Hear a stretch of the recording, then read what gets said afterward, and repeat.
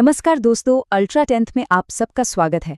आज हम बायोलॉजी के सबसे दिलचस्प चैप्टर्स में से एक चैप्टर 7 हेरिडिटी एंड एवोल्यूशन यानी आनुवंशिकता और विकास को समझने वाले हैं। देखिए, जीवन की कहानी को अरबों सालों में लिखा गया है और इसके दो मुख्य लेखक हैं, आनुवंशिकता और विकास। तो चलिए आज इसी कोड को डिकोड करने की कोशिश करते हैं। ये एक ऐसा सवाल है ना जो हम सबने कभी ना कभी सोचा ही होगा कि आखिर हम अपने पेरेंट्स जैसे दिखते तो हैं, पर बिल्कुल उनकी कार्बन कॉपी क्यों नहीं होते। ये जो एक अपनेपन और अपनी अलग पहचान के बीच का संतुलन है ना, इसका जवाब जीव विज्ञान के दो सबसे शक्तिशाली सिद्धांतों में छिपा है। इस सफर को हमने 4 हिस्सों में बांटा है।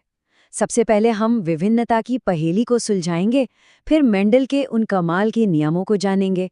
उसके बाद देखेंगे कि ये बदलाव एवोल्यूशन का इंजन कैसे बनता है, और आखिर में हम अतीत से मिले सुरागों पर भी नजर डालेंगे। तो चलिए शुरू करते हैं।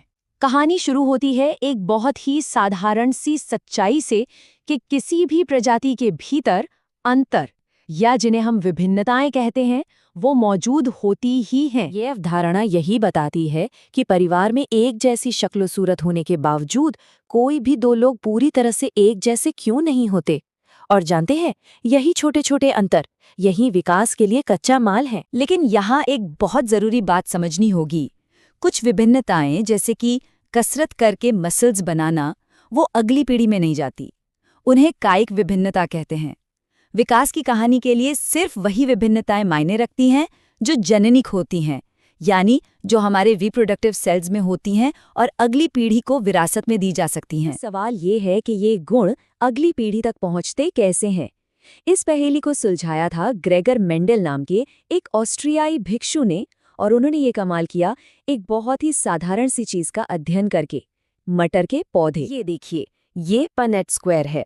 ये शानदार ढंग से दिखाता है कि कैसे लंबेपन का एक प्रभावी गुण जिसे हम बड़े टी से दिखा रहे हैं, वो पहली पीढ़ी में बोनेपन के अप्रभावी गुण यानी छोटे टी को पूरी तरह से छिपा सकता है। और फिर जब दूसरी पीढ़ी आई तो कुछ हैरान करने वाला हुआ। वो जो छिपा हुआ बौनेपन का गुण था वो फिर से सामने आ गया, और वो भी एक बहुत ही सटीक अनुपात में, लगभग हर 3 लंबे पौधों के लिए एक बौना पौधा। यहीं से आनुवांशिकता के पहले नियम दुनिया के सामने आए। तो मेंडल ने हमें बताया कि गुण कैसे पारित होते हैं। अब हम उस बड़ी तस्वीर को देखेंगे। जब ये नियम लाखों सालों तक काम करते हैं तो वे जीवन को कैसे बदलते हैं।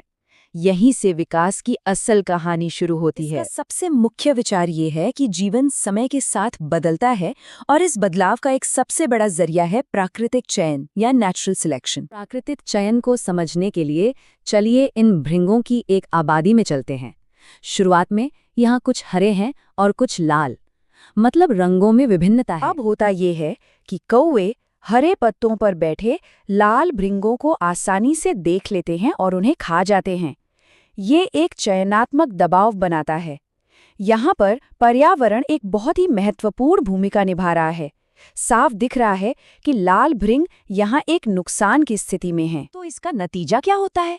समय के साथ हरे भृंग जो बच जाते हैं और ज्यादा प्रजनन करते हैं, वो आबादी में प्रमुख रंग बन जाते हैं। तो सबसे महत्वपूर्ण बात यह है कि प्रकृति उन गुणों का चयन करती है जो जीवित रहने में मदद करते हैं। ये एक बहुत बड़ा दावा है, तो इसके सबूत कहाँ हैं?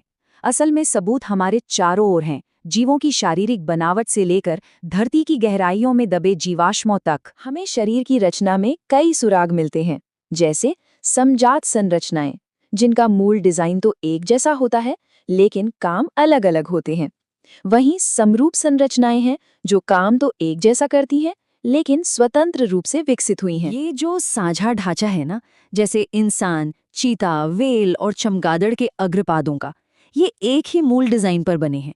ये इस बात की ओर इशारा करता है कि इन सभी का कोई न कोई एक साझा पूर्वज जरूर रहा होगा। जीवाश्म यानी फॉसिल्स विकास का एक आश्चर्यजनक ऐतिहासिक रिकॉर्ड देते हैं, और आर्क्योप्टेरिक्स इसका एक बहुत बड़ा गवाह है। इसमें सरीसृपों यानी रेप्टाइल्स की तरह दांत, पंजे और एक लंबी पूंछ थी, और साथ ही पक्षियों की तरह पंख भी थे।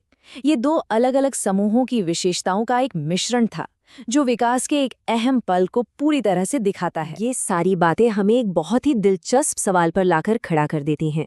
चूंकि विकास एक लगातार चलने वाली प्रक्रिया है, तो पृथ्वी पर जीवन का अगला अध्याय क्या हो सकता है? इसमें हमारी अपनी प्रजाति का भविष्य क्या होगा? सोचने वाली बात है ना?